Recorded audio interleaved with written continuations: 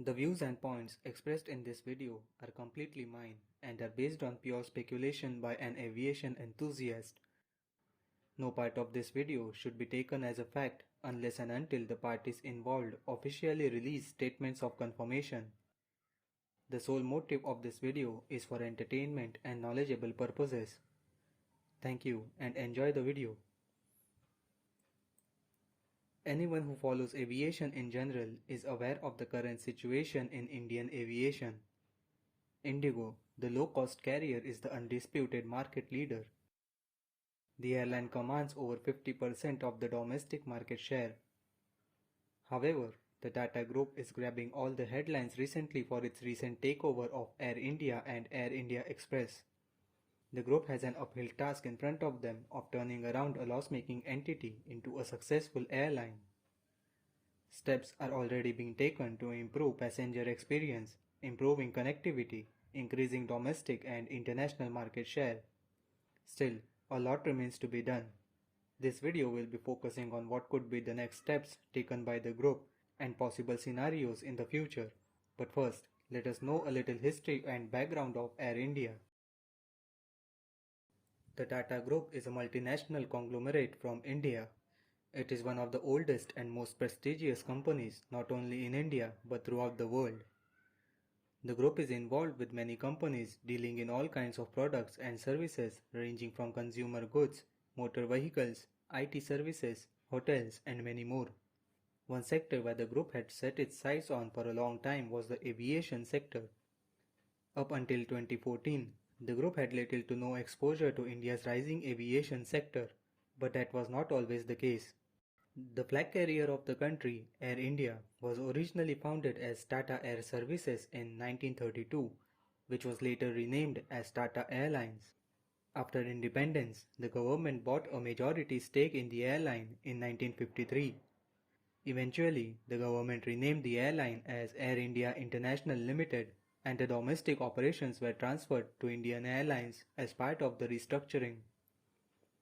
In 2005, Air India Express, a low-cost airline, was formed as Air India's answer to the growing popularity of low-cost airlines in India. Air India Express was mostly engaged in operating short-haul international routes in the Middle East and Southeast Asia. However, as the years passed, all was not well at Air India. Although Air India Express was making profits much of the mid to late 2010s, Air India was consistently losing money. And by money, I mean a lot of money. The emergence of low-cost carriers, coupled with years of mismanagement, had resulted in huge losses for the airline. The airline's domestic market share had diminished significantly, while a lot of international traffic was drained out to other large international airlines. The government finally decided on reprivatizing the airline. After a few failed attempts, the government decided to sell 100% of Air India and Air India Express and 50% of AISATS, a ground handling venture. After a rigorous and extensive process, Air India was finally back with the Tata Group in January of 2022. Now, after knowing the history of Air India and its relation with the Tata Group, let's now take a look at what the current scenario is. At present, the Tata Group completely owns Air India and Air India Express, while it owns 51% of Vistara and 83.67% of Air Asia India. This leaves the group with two full-service carriers and two low-cost carriers. The Tatas also have an uphill task of turning around a loss-making enterprise such as Air India in a fiercely competitive Indian market. It also has to tackle the dominant Indigo along with competition from new entrants such as Akasa Air and Jet Airways. The Tatas have already begun implementing changes, especially in Air India. Air India has begun reintroducing the planes which were grounded due to lack of spare parts and maintenance. The airline also recently announced leasing of many aircrafts, including wide bodies, for its short-term needs. This is just the beginning. A lot remains to be done, and this raises an interesting question about what future steps the group might take to consolidate and strengthen its position in the Indian market. This is where it gets interesting. At present, Air India has already received approval from the Competition Commission of India for the acquisition of AirAsia India. This would most likely be done by acquiring the remaining 16% from AirAsia Berhad. One point to be noted here is that although Air India Express is another low-cost carrier within the group, it does not fly domestically within India, concentrating only on routes to the Middle East and Southeast Asia. According to planespotters.net, AirAsia India currently has 23 Airbus A320 CEOs and 5 A320neos. This fleet can be easily integrated into the mainline Air India fleet, as it also uses A320 family for domestic flying. This, along with other leases signed by the airline recently, will definitely help in the regional expansion which the airline aims for. This leaves us with 3 airlines: Air India Express and Vistara. Let's focus on Air India Express next. As mentioned, Air India Express is not engaged in domestic flying. It connects Indian cities to points in the Middle East and Southeast Asia. This model has been highly successful for the airline as it has consistently returned profits. Although a far-fetched speculation by me at this point, we could see this change at some point. In a price-sensitive market like India, it's wise to have a low-cost carrier to focus mainly on leisure and VFR traffic. It could be Air India's answer to other dominant low-cost carriers, not only internationally but domestically too. Another speculation I can make right now is that it might induct the 5 Boeing 737-800s flying currently for Vistara on a short-term basis, which would also help Vistara to achieve fleet simplicity. Although Air India Express's current fleet of 24 Boeing 737s plus the 5 737s from Vistara is too low to achieve the goal of establishing dominance in the low-cost segment of the Indian market, we could see new aircraft inducted for this very purpose. More on that later in the video. Now let's talk about the elephant in the room, Air India and Vistara. There has been a raging discussion on online forums regarding the eventual merger of these two airlines and when it will happen. To begin with, both airlines have a lot in common between them. First, both use the A320 family aircrafts for their regional and short-haul international flights. Then, they both use the Boeing 787s for their international flying. Of course, they fly two different variants along with a few Boeing 777s. In short, fleet commonality is not a problem. Not to mention, both are full-service carriers, so the operating model is similar if not exactly the same. However, this merger is not only about Air India, Vistara and the Tatas. Singapore Airlines is a majority shareholder in Vistara, having a 49% stake in the airline. Any discussions regarding the merger would also require Singapore Airlines to be on board. Also, if and when the merger happens, the stake Singapore Airlines has in the newly merged airline will be significantly lower than what it is right now, unless Singapore Airlines itself decides to add more cash to maintain its significant shareholder position in the airline. Not to mention, even if the operating model is more or less the same, the two airlines have different onboard products, crews will need to be uniformly trained, and a lot of integration will be needed at all levels. All this is easier said than done. One point worth discussing is what will happen to the Vistara brand if and when the merger happens. Vistara enjoys significant brand recognition within India and has a significant loyal customer base within the country. So, if the merger does happen, I won't be surprised if the Tata Group maintains the Vistara brand, although the airlines will be operating under the same set of principles with a lot of integration and synergy between the two carriers. As with the previous points, let's talk about Air India Express first. Air India Express mainly operates as a low-cost carrier. Although it hasn't operated domestic flights until now, we can see that happen under the new leadership. After all, having a low-cost alternative in a highly price-sensitive market is always an ideal choice. Its main competition would be low-cost giant Indigo, SpiceJet, newly launched Akasa Air, and soon to be launched Jet Airways. Air India Express can focus on doing what it has done the best, connecting India with the Middle East and Southeast Asia, and additionally connecting point-to-point traffic on domestic routes. It can target leisure and VFR traffic as this is the most price-sensitive section of the market. It can focus on connecting Tier 2 and Tier 3 cities with each other, Tier 2 and Tier 3 cities with metro cities, and Tier 2 and Tier 3 cities with regional international destinations if demand validates.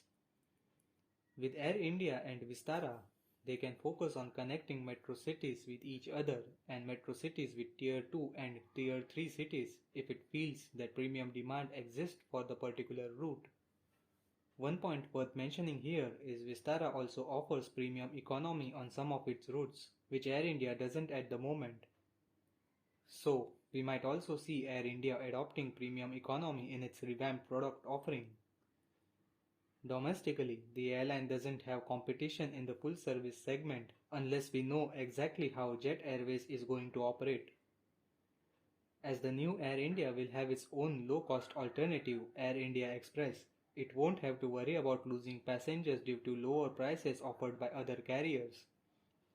Air India and Vistara can focus on the business section of the market as they are much more likely to pay higher for a premium service. Due to the growing number of upper and upper middle class sections in the Indian society, the airline will also have a lot of market to offer its premium product. The major focus of new Air India would be to launch a better international network, connecting India to the world. Previously, Air India suffered because of inadequate fleet and grounded planes, which did not allow the airline to provide efficient direct services. Due to this, a lot of passenger traffic was lost to established foreign carriers, including the ME3 or the Middle Eastern carriers, which will also be Air India's toughest competitors. Middle Eastern carriers have a significant advantage of serving a large number of destinations from their respective hubs and providing multiple frequencies on high-demand routes. Air India has already begun resurrecting its international network by bringing back grounded planes and launching previously unserved routes and increasing frequencies on existing ones. It still has a long way to go. Air India would like to focus on providing direct options to major points in North America, Europe and Australia. Although a far-fetched speculation, it might also want India to become a transit point for travel between Southeast Asia and North America or between Australia and Europe, just like Singapore Airlines and Emirates. This is the most interesting part of the video for me. What could be the group's strategy for future fleet expansion be? Let's begin with the easier of the lot. Air India Express has always operated the Boeing 737s and will likely continue to do so. It might go for short to medium term leases of additional 737s to fuel its growth. However, I feel that eventually the airline will have to go for newer and much efficient Boeing 737 MAX. Recent reports suggest that Boeing has a lot of white-tailed 737 MAXs with them and would like to provide them to Air India at attractive rates. Operating on a low-cost model, these fuel-efficient jets would help it reduce its carbon footprint and fuel-related expenses, which is more than enough reasons to invest in these MAX aircraft. Much bigger fleet expansion is expected from Air India. News has been making rounds for the past few months that the airline is about to announce a significant order of narrow-body and wide-body aircraft. As mentioned previously, Air India and Vistara both operate the A320 family for their domestic and international flying. So it's highly likely that the Tata Group will go for the A320 family for its narrow-body needs. We might also see it ordering the A220 or Embraer E190 or E195 if it intends to launch thinner routes with less demand. Much bigger speculation can be made for the wide-body order. Currently, Air India operates the Boeing 787-8 and Vistara operates the Boeing 787-9. So the safe bet says that Air India will probably go for the Boeing 787s for future expansion. But this is where the catch is. Airbus would be eager to enter the Indian wide-body market. Indian Airlines' narrow-body fleets are highly dominated by Airbus aircraft. However, the same penetration cannot be seen in the wide-body fleet. Airbus would more than love Air India to operate its newest Airbus A350s. One slight advantage Airbus might have here is that it has the Airbus A350-900 ULR at its disposal, which Air India would like to use for extra long-haul flights to destinations where demand exists but could not be operated with its current fleet. One highly unlikely probability is that we might also see the A330neo thrown into the mix. The A330neos could be a good option for connecting high-volume routes in the Middle East and Southeast Asia. If at all the Tata Group is looking at much longer planning for its expansion, we could also see them opting for the Boeing 777X. Even though the most likely option is Air India opting for the Boeing 787s, we could also see some new fleet combinations operated by the airline. This is a slightly different topic from my previous videos, but one that I highly enjoyed making. I would once again like to mention that the points stated in the video are pure speculation and just my own views on what I think could be the steps the Tata Group might take to turn around Air India. I personally cannot wait to see Air India back to its former glory and be seen in the same league as Singapore Airlines, Emirates and Qatar Airways. Thank you for watching the video till the end. Do subscribe if you like the video. Also, the comment section is open to your own views on how you see the Tata Group turning around Air India. Thank you once again.